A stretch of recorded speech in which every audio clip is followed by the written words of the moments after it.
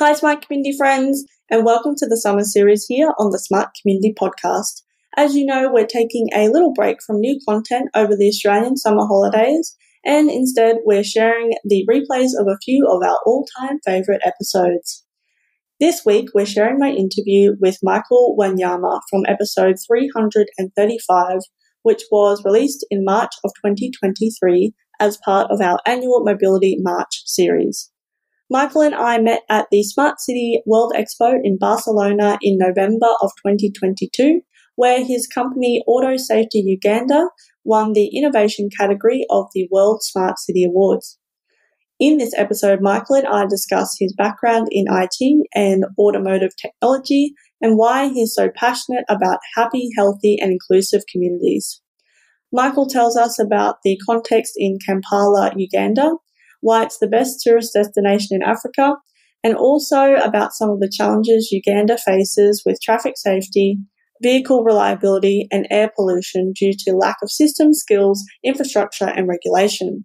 We talk about the many different areas of the community that transport impacts and the importance of supporting the community in the process of transitions to new and cleaner mobility options. Michael tells us about the project they are working on, including upskilling mechanics, promoting gender inclusivity in the automotive industry, and collecting data to support policy change in Uganda. We also discuss the problem of African nations having to copy and paste solutions from other countries, but finding that they don't work in the African context. We finish our chat discussing the emerging trend of great ideas and policies being stymied by the lack of resources and skill sets to implement the changes, as well as the need for community engagement, leadership, and education to work together to solve these problems. As always, we hope you enjoy listening to this episode as much as we enjoyed making it. Welcome to the smart community, smart regions, smart towns, and smart cities. It's where we live, work, and play. With smart communities, the future starts today. Big data, smart mobility, emerging trends galore. The Smart Community Podcast is what you're looking for. Hello, Michael. Welcome to the Smart Community Podcast. How are you today? Hi, Zoe. I'm feeling great. And actually, it's a good morning. It's about 5 a.m. in Kampala. So it's a quiet. Actually, I feel like this is the right time because no background noise and all that. So, yeah, I feel great. That's awesome. Thanks so much for getting up early and joining us today. Excited just to get into this conversation. So let's just jump in. Can you tell us about your background and what you're passionate about? My background, initially, I started as a mechanic, a vehicle mechanic, some time back. And then I also had a passion for IT, information technology. So I have a double face. But then it's after doing IT that I went and did some real life training in automotive technology. And so I'm also doing some little studies in public health. So I want to combine my experience so at least we can bring to our communities tailored services because you will find that there are some gaps that we could kind of address with our own experience.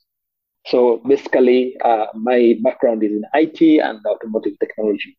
Awesome.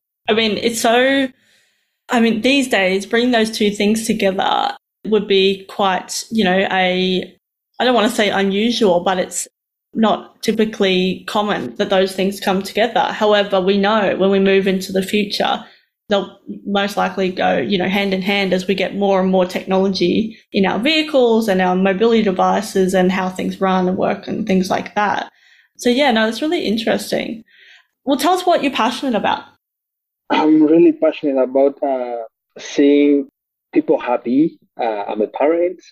I have 3 intelligent sons. Actually, my eldest son did what we call the primary living examinations, and he passed in grade 1, which was really, really amazing. So, as a parent, I want to see a future where my children are living healthy, getting basic services without an hassle, like where I see a community where there's inclusiveness for everyone. So that's what I'm passionate about, and it's one of the things we are trying to see that we see in Africa, because we have different settings due to environmental infrastructure and political challenges. You find that some of these things are hard to come by unless we join hands as communities.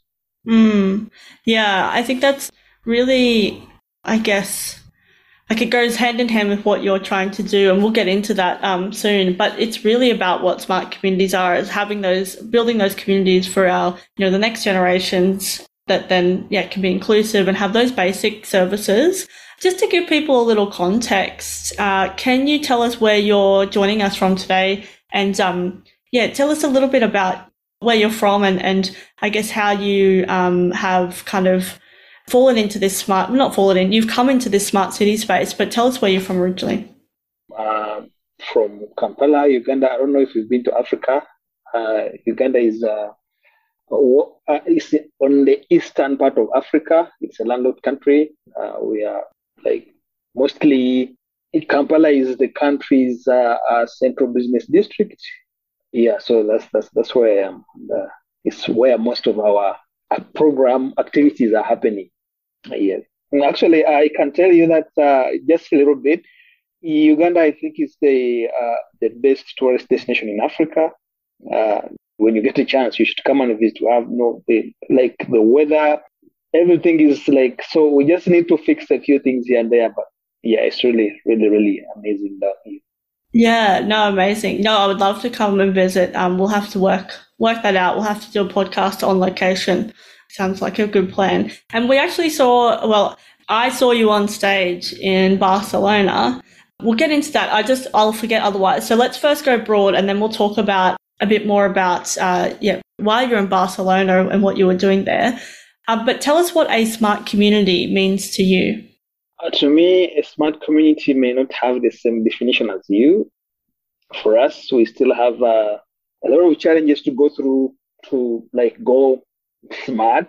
But what a smart community is to me is a community where every member of the society or the member of the community has the right to live without being feeling the effects of things that are being done by other people who have the resources and all that. So a community where everybody is living freely, they access the services freely, they have basic education, they get the education they need, they get the health services and any other necessities someone would be in community. You wouldn't have to go through a hassle to get them. So that's what I consider a smart community, and a community where everyone can look out for another, where they have access to information that concerns them.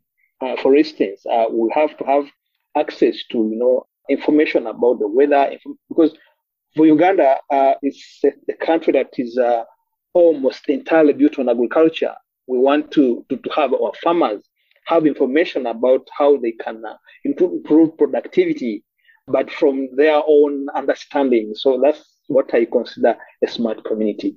Yeah, I think a key point there is that information, so we can make better decisions, and whether that is a farmer on their land and they integrate all of the things that they know with this new kind of information or this information that they have, but then also being able to access the tools available and things like the internet and that other information and those type of things, and how can that work together rather than it being done to them. It's actually helping them and then enriching their lives so then they can be able to live that quality of life and access all those services. I think that's really important. Yeah. Okay. Well, let's go to why you've won a lot of awards, actually. Lots of things happening. But let's talk about Barcelona. So we were both at the Barcelona Smart City World Expo November last year. So tell us a little bit about why you were there and the award that you took away. First of all, I was there representing my organization that I lead. It's called Wanyama Auto Safety Initiatives. And we submitted to the call for proposals of initiatives that are making difference in communities all over the world. We made a submission, and attending Barcelona, I did attend as a finalist. I didn't know what would happen there. So I was just happy to be there as like having our project called Auto Safety Uganda selected as a finalist. What we are doing, this project does, it takes a community-based bottom-up approach to making sure our communities are aware of the issues that disturb us the most, and these include the high rate of pollution within the urban areas, where some of the people that are suffering the most have nothing to do with the creation of emissions, and these include the children, and other vulnerable groups, and then also the rampant road carnage and crashes. For instance, just in the festive season alone, Uganda police released a report where over 200 people died in road crashes. So you find that the interventions in place, yes, they seem to do something, but there are gaps. So what we are doing is at a community standpoint, because we focus on the informal sector, and yet you find that over 75% of the businesses, whether transport related or from other areas, are working in the informal sector, which is highly unregulated. So we are taking a three-stream approach to raising awareness to communities about some of these issues and building their capacity for mitigation as individuals or communities, and as well as collecting related data that we can use to inform policy so that we can cause related and essential policy and regulatory reforms. So it turned out that our project, when you look at the African settings, because so many people in the world are so kind of excited about the new trends, new mobility, because we are more inclined to transport, even though we touch other areas, are working with partners, but we're inclined to transport. So as many people are excited about the new mobility, which is very good, but you find that some of the systems that are working in developed countries cannot be implemented and work right away in our countries. So we are taking kind of small steps so that we can integrate with the new mobility. For example, due to infrastructure challenges, if you give this country, Uganda, maybe even I don't know how many years, but it's really, really difficult to transition overnight or in a few years, because actually it is a worry that more of the vehicles that are being expelled from developed countries due to they are no highly polluting and reliable. Most of them are shipped into Africa. Africa is importing over 90% used vehicles.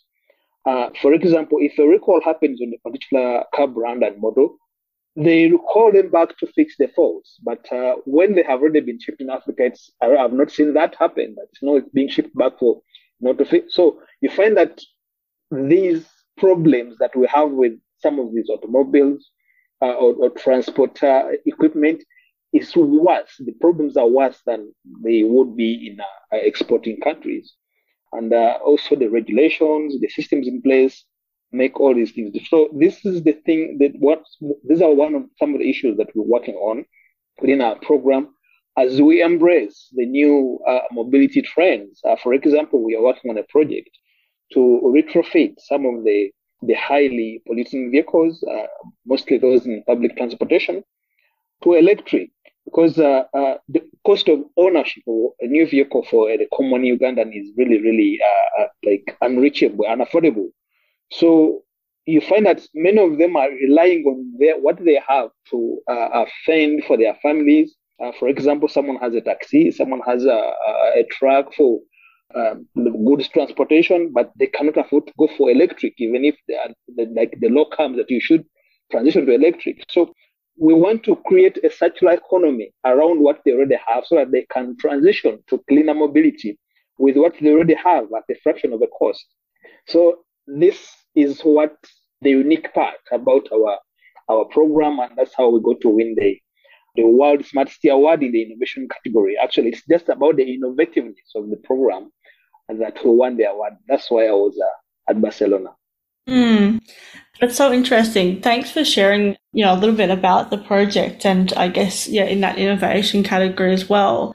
And I guess what I really what I really like is you're taking, this really kind of big complex problem, community-based, bottom-up approach, and just like, those small steps, because that, like you said, we're not just going to, you're not allowed to own, diesel cars or petrol cars anymore. That's not going to work. We know that there's a whole range of systems and processes that are already happening, but you now then are just, chipping away at it so then you can change over time. And like you said, we don't know how many years this is going to take, but it's shifting towards the right direction. I guess for people that might not know a lot about, like, I guess, the mobility and I think like thinking about some of those other issues that Uganda might face or African countries might face, I'm just really curious to hear from you. We're talking about creating policy change and all that type of stuff as well. What are some of the other things that you're really focusing on? And I guess what is the community telling you that's really like important to start, shifting the dial on as well? One of the issues, I think just about everyone in the world knows about climate change. We have been facing effects of climate change, floods, the change in the weather. The farmers, many of them are crying. The change, like many of them, like the seasons are not the same seasons they used to be, like maybe 10 or so years ago. So climate change is a real threat. And when you look at our Africa or Uganda, it turns out local transportation is the largest driver of air pollution, of which air pollution is and air pollution and climate change like have the same causes. So if we can reduce the air pollution, then means we can also it's a step up like in the fight against climate change. So we are trying to see that our communities can access clean air. Actually, in this, we are partnering with Uganda's main university, it's called Makerere University.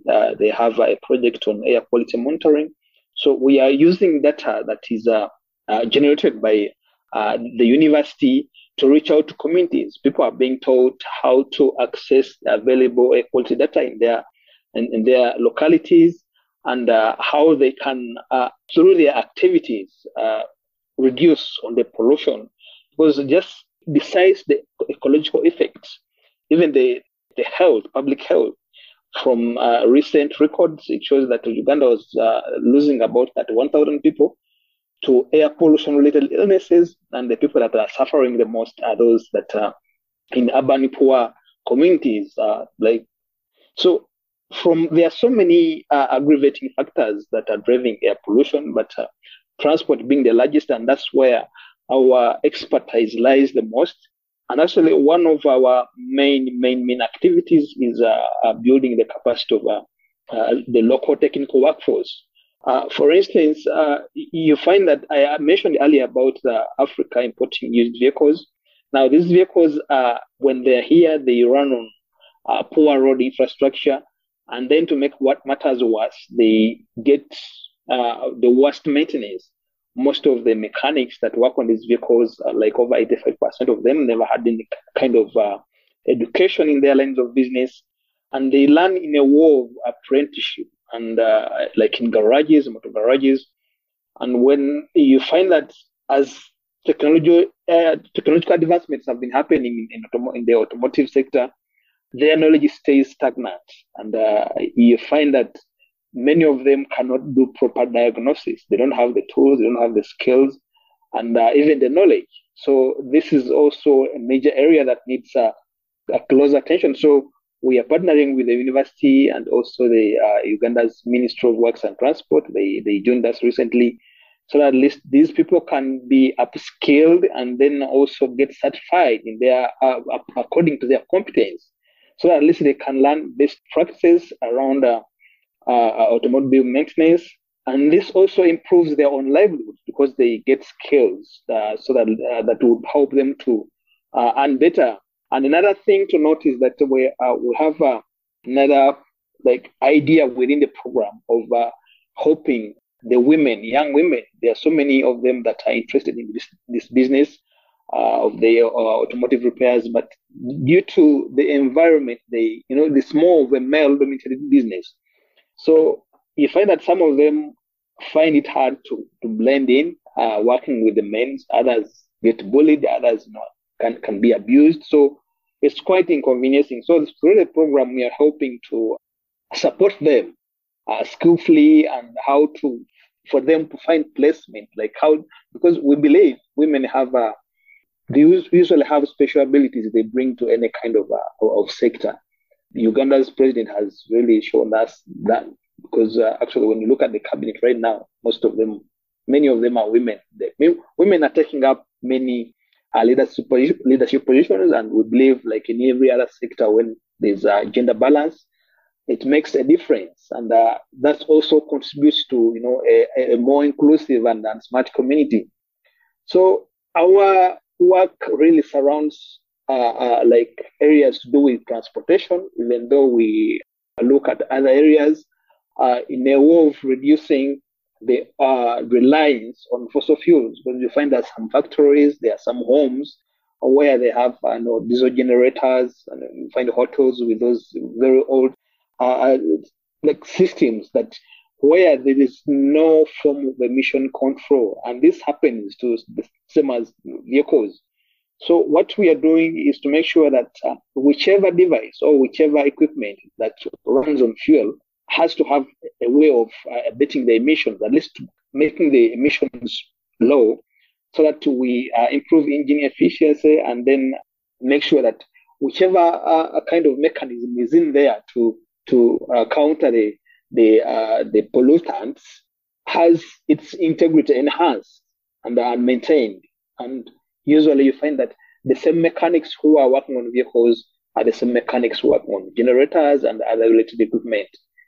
So we have a wide vision, but you find that being a startup non-profit, taking on big challenges, it's we have to go bit by bit so that we can make impact.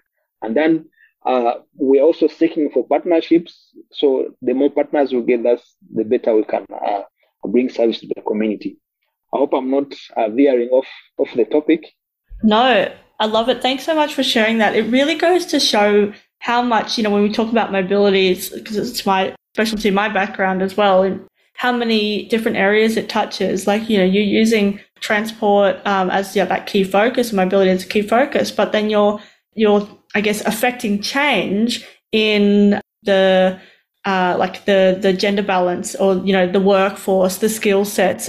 We know that we need data to be able to do that. We want to reduce emissions, and then just linking the people working on the vehicles are also the people working on the generators. So what other how can that then spread across? And it just goes to show again how integrated our communities are.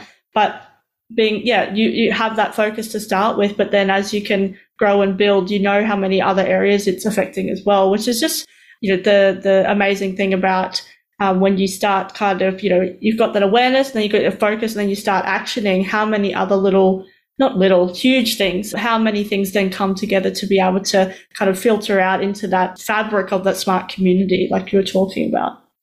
I love what you're doing. It's really amazing. And I think just taking that bit by bit approach, but having that really big impact. And then, like you said, over time, the impact's just going to ripple out more and more and more, because the young girls that then have those skills that then can teach other people, that then can, maybe they're in parliament or wherever they happen to be, they're bringing in more income to their households. That's what really then shifts and changes people's quality of life. But it has to be, I guess, like from the ground up, like you were talking about, that community base. And I think that's really important as well, because, we know that, you could come in and do something to someone in a community, but it actually needs to come from within, and then people, get on board and bring all those things in. But also from a data and technology perspective, we know we've got this stuff at our fingertips now that we can bring in. But again, thinking about that community approach, how will they use that technology? Who's going to use it? What skills do they need to be able to use it and maintain it? So that's, the vehicles, but then also this new technology that maybe we're bringing in, and data sources as well. Maybe we need to collect new data. Maybe the data's available, we just need to be able to visualize it more effectively. There's so many different things. And I think starting at that community base then allows you to kind of branch off into all these different areas. And bring partners on. Actually, speaking of data collection, that's also another part of the program. We are just preparing this. I think by the end of this quarter, we'll have studied, but we are partnering with local garages that do repairs so that we can do collection, like we do tests of emissions before the repairs and then test afterwards. So at least we can create a rationale for what an effective repair can do. Because when you come to our local market, you'll find like over 60% of repair parts and service consumables, but many of them are counterfeit. And these have potential to increase the emissions. And the fact that the country currently doesn't have developed countries usually have those annual tests for vehicles now, like roadworthiness tests. We don't have that. It was introduced like in 2017 and then it's stalled. Up now it's not working. So we want to give our leaderships reason to work fast on this because we don't have data. For instance, when you look up for emissions data for a particular vehicle, let's say that was made in like 20 years ago, you will have those manufacturer kind of data sets. But when these vehicles come here, it's different. Since the regulations are not working well, the enforcement is not efficient. You'll find that these vehicles emit even sometimes more than twice the original settings because of the poor maintenance that don't.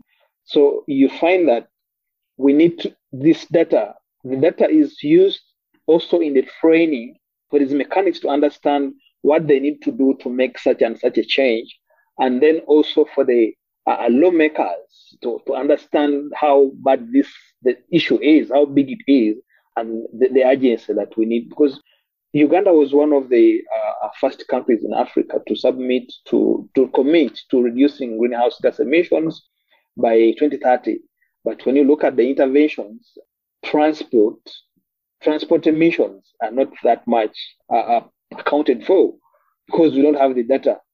I happened to interface with some officials from the UN environment, and somebody told me that Africa's share of global transport emission is near negligible, of which I would not, because there's data for that, but because we do not have enough data to quantify what is already coming out of us, we have to base on that. So we are trying to put up an argument for people to see that yes, there is emissions, but it's much more than what the estimates share.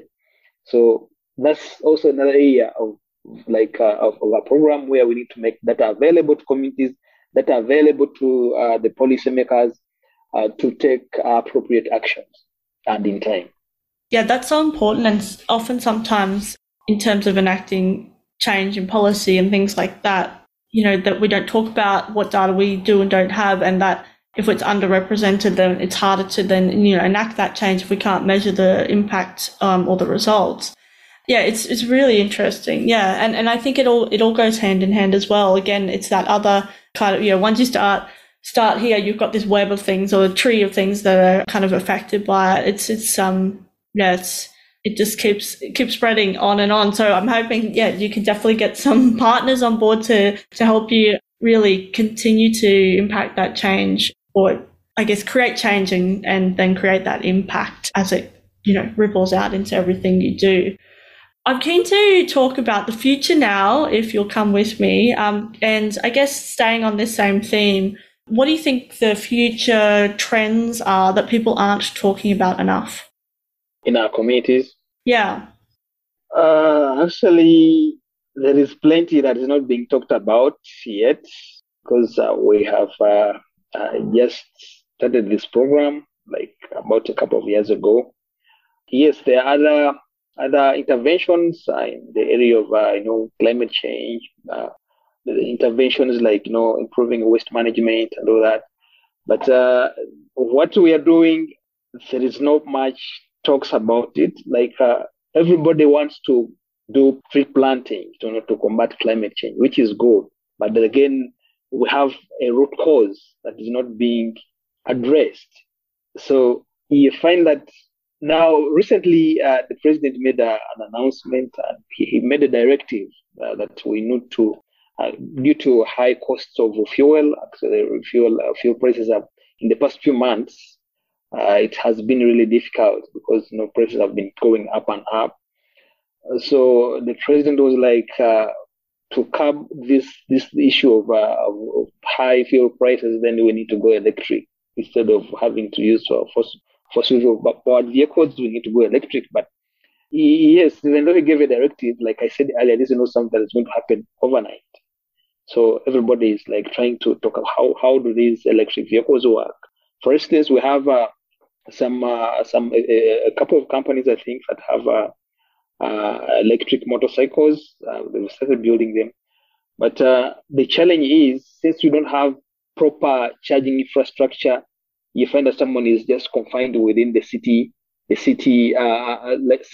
center, like where they, because the system we use right now is for battery swapping. You swap a battery, like you drive about 70, 80 kilometers, then you'll have to swap it with a charged one. So you find that many people finding it hard to embrace this unless we find a way of improving the infrastructure. We have there's another government-supported company that is building buses, but you find that still the infrastructure is not supporting transition to electric. So yeah, many people are aware of the issues we have. We need to improve our transportation. We need to improve how we consume. We need to improve how we do production. All these are known issues, but sometimes we lack the environment does not really support like shifting right away. So that's why we are devising means of taking baby steps to and improve, because what works out there's a challenge of African nations having to kind of copy and paste policies from developed countries to ours, especially for the colonial masters. So you find that what works in UK hardly works in Uganda. And even though some of these would work, many of them are slow-moving solutions. So we need some that are tailor-made for our own settings to be able to bring about change. That's why the area, because you find that the people we are trying to educate, many of them, their literacy levels are very low to kind of adapt to the new systems.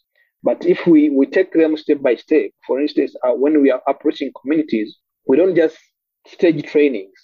We start with what we call focus group discussions. We go through the community leadership, and the young people, we usually focus on ages 18 to 35. So the young people are mobilized, and we do have these discussions, first of all, to appreciate what they already know about how transportation does pollute and kind of and even safety, in the area of safety, how their works are affecting safety in transportation. So then we also get to understand their challenges and concerns. Many of them, when you ask of their concerns, many of them say the government is not taking care of them. They are not. You find some of them decry the high taxes on the items they use for their jobs, for their works. So we get to collect all this information, and then it helps us to design training workshops tailored, like meant to bring about quick change within their skill sets. So the talks are there. People are aware of the changes we need to make, but not everybody knows about this. That's why we need to reach as many communities as possible, so that we bring out, because first of all, lack of awareness. For instance, when it comes to motor driving or motoring, it's really hard to find someone who knows what they call eco-friendly driving. For instance, I've seen in developed countries where they have set up low emission zones, to protect the population from high emissions out of the vehicles. But and right here we have campaigns that against smoking, against plastic pollution and all that, but we don't have any campaigns against because we do have a lot of excessive idling within our driving habits. And this is partly due to the poor mechanical conditions of the vehicles. We have seen vehicles in public transportation, like the engine has to run until it gets to the destination. Sometimes if you kill the engine along the way, it may fail to start. Sometimes you may not even have a way of like pushing. So you find that the conditions do not allow for eco-friendly driving, and then also the lack of knowledge, because most people do not understand, and most people in Africa don't understand the fact that a vehicle engine that is idling emits more than one that is engaged running. And then also we have some myths that we are trying to kind of bust. That some people say that a diesel engine, for it to work efficiently, it has to never be a kind of stopped along the way. So when you go to let's say a bus park, you want to travel east or west of the country, you'll find actually when you enter the bus park, you can literally smell carbon monoxide, because remember, most of these vehicles don't have any emission control. So the toxicity of the gases, you'll smell them. And then the bus is going to be idling throughout the time of people boarding until it goes. When there are gridlocks, it is going to stay idling. So we are trying to reach out to the companies managing some of these transporting businesses so that we can get to their drivers and educate them about this, how they can save money in fuel when they improve their driving habits. So it's quite a lot to do, but you find that most people are really aware of the issues we have. They just don't know how to go about them. And that's the gap we are trying to solve. No, thanks so much for sharing that. It's again just showing those small steps that we can take, and that education and information, and that we know what the issues are, but sometimes, we just need that bit of extra education, bit of extra awareness, bit of somebody to come and say, this is important and I can help you to solve it together, to then enact that change again. Now, I want to go back a little bit, because you talk a lot about safety, and so obviously we've got that public health element, having reliable vehicles. Is there any other things that you focus on in terms of, vehicle safety and reducing those accidents? Yes. Like I said, we are still a startup, but on the list of our objectives is improving safety of our people on the roads, especially children. For instance, when you look at the accident reports, crash reports in the past few years, many children have been killed on the roads, and most of these have been school children. We are having a small campaign where we are hoping to muster up some resources and scale it. It has to do with improving motorist and pedestrian communication. Just something simple. We are going to be approaching schools. We did a small kind of a test, like of how it would work, and it was responsive, though we did not have enough resources to scale it. So the way it works is that we approach the schools to teach the children, those in primary schools, to learn to communicate. Because we have in my car, and another one that we have in our project, we have dash cams. Set dash cams with high quality video. At first, we did a small study, and we would drive around in the morning before 8 a.m. and then around midday, and then around 5 p.m. You would find so many kids along the roads. A kid would stay at a particular spot for over 10 minutes just waiting for someone to give them a chance to cross the road. And because most motorists are kind of absent-minded, actually, when you go through the roads, you're going to find like about 6 or 7 motorists driving while on their phones. Many people are driving so distracted, and the more sophisticated these gadgets become, that's the bigger the risk. The bigger they become, the bigger the risk. So you find that they don't care that much. A kid can stay by the roadside waiting to be given a chance to cross for over 10 minutes. So what we are trying to do is put out a campaign that helps the motorists identify kids that want to cross, and then for the kids to learn how to signal to the motorists, like just something like it's smiling and waving. So the motorists would be moving, like let's say around midday, knowing that, like watching out for any waving kid. So they'll know that now this kid wants to cross, and they'll give them wait for. Then also the kids would know that when I wave and smile, they will know that I want to cross the road. There are the infrastructure is there. You find there are zebra crossing, but still, people, because of the distracted driving, many of them don't care that much. So we have footage of this, evidence of this, of how it has been happening, and we are trying to approach both parties, the public transportation companies and the schools, so that we cause this kind of communication spark between the pedestrians, mostly children, and the motorists. So that's an area that we are trying to work on to improve safety, and then also to make sure that these vehicles, because the way emission control systems are compromised by the technicians, it's in the same way the safety systems are compromised. For instance, if somebody installs a bull bar, bull bars on the vehicles.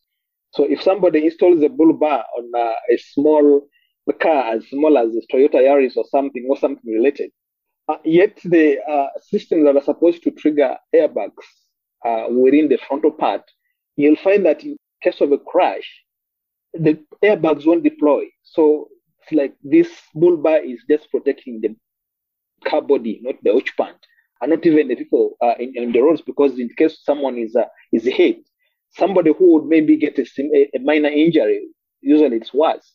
So we try to get people to understand at least for them to learn to drive better, other than having to protect their bumpers from being crushed or something like that. And then another thing, you find that the technicians, because they don't have the tools or sometimes the knowledge to do something, they modify key components that are meant to enhance safety of vehicles. We have seen ABS systems bypassed. You find that the ABS pump, when it gets faulty, sometimes when they cannot replace it, the mechanic would go for kits that would bypass the pump so that at least the car can brake at once. Yet it is designed, the ABS is supposed to aid sequential or simultaneous braking. So you find that these systems are compromised by the technicians, and this has highly contributed to the crashes. And when you look at the accident reports, it's usually the motorist that is blamed. There has been on social media a video that has been trending on LinkedIn and everywhere else, YouTube, about a taxi that just in a junction, it came speeding and it crashed into motorcyclists and other vehicles. These are common accidents, very common accidents in our city. But you find that the counterfeit parts that are being used for or in repairs and maintenance have a lot to do with the crashes that are happening.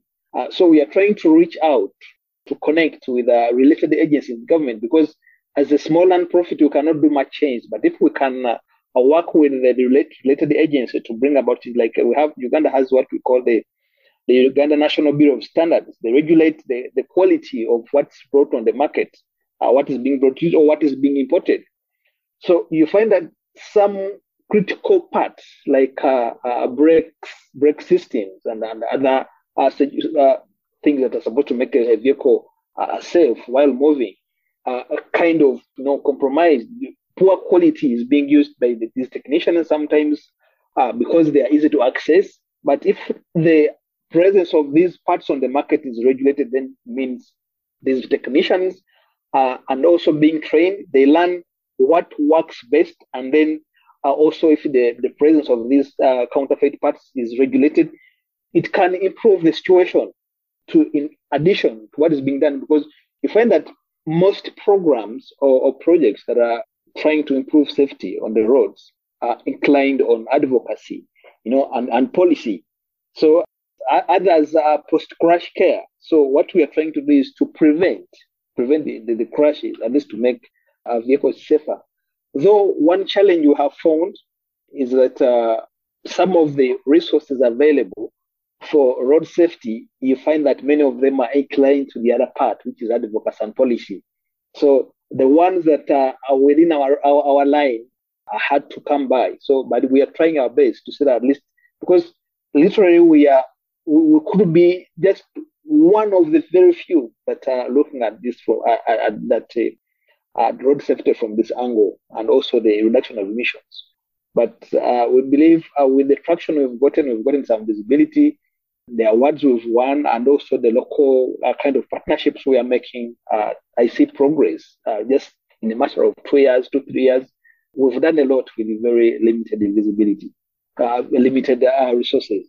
Resources, yeah. But then, again, just building that visibility and awareness of what you're doing, and then bringing a more part, all those type of things. And thanks so much for sharing that, Michael. It's been, I've enjoyed this whole conversation, just, getting me to think a bit differently as well. Like, as I work in the mobility space, but it just reminded me again of like how complex and how many different things need to fit together, and that we can make incremental change in our smart communities. Now, one more question: how can people connect with you? We can be connected through social media. We have someone can search for Auto Safety Uganda on Twitter or LinkedIn. My name, Michael Wanyama, can be found on both platforms. We have Facebook too, but the fact that the Facebook I think since the past 3 years, since 2020, it has been blocked in the country. So many people have to access that through VPN and all that. So we're not very active on that. And then also our website, we have a website, www.autosafety-ug.org. Someone can always go there and see more about our activities. We can also be found at our location in Kampala. So we are out there. You're out there being found. We'll put all the links in the show notes so people can click away and find you. Maybe come visit. I'll put that on my agenda to come visit. Actually, we would really, really love to have some visits for anyone who is interested to come and see what we are doing down. We would want to have some, people join us in the communities.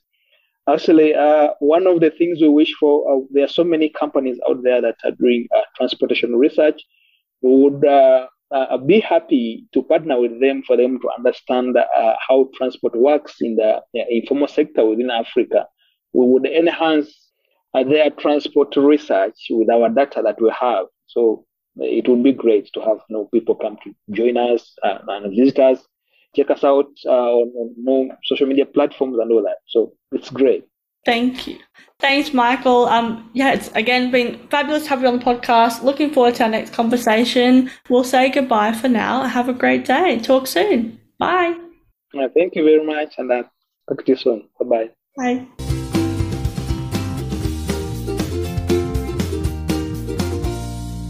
The Smart Community podcast is brought to you by My Smart Community. If you're trying to deal with disruption, not sure what technologies to buy, need to facilitate genuine collaboration, then we can help. Email hello@mysmart.community or head to www.mysmart.community/consulting.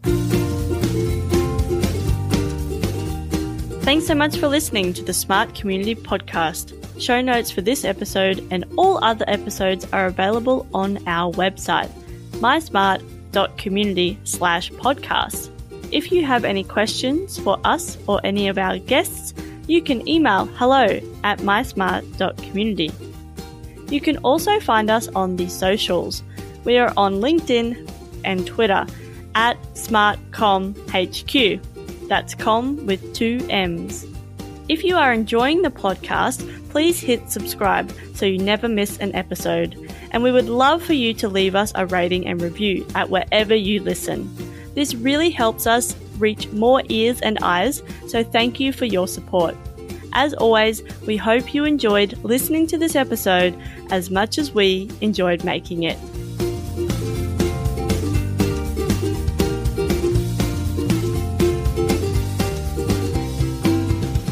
The Smart Community Podcast is what you're looking for.